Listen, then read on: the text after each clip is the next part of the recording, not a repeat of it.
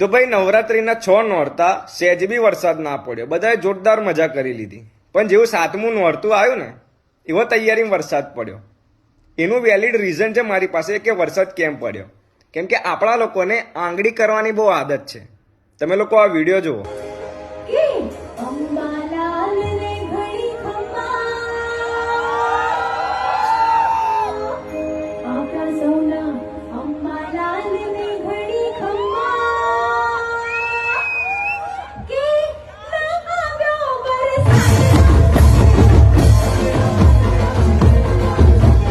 તમારા લોકોએ અંબાલાલ કાકાનો સનેડો બોલાવવાની શું જરૂર હતી? તમે શાંતિથી 6 નોરતા ગરબા રમી લીધા હતા, ગણીને 3 નોરતા તમારા લોકોએ કાઢવાના હતા. પણ ના, ગુજરાતીઓને હરી કરવાની આદત છે.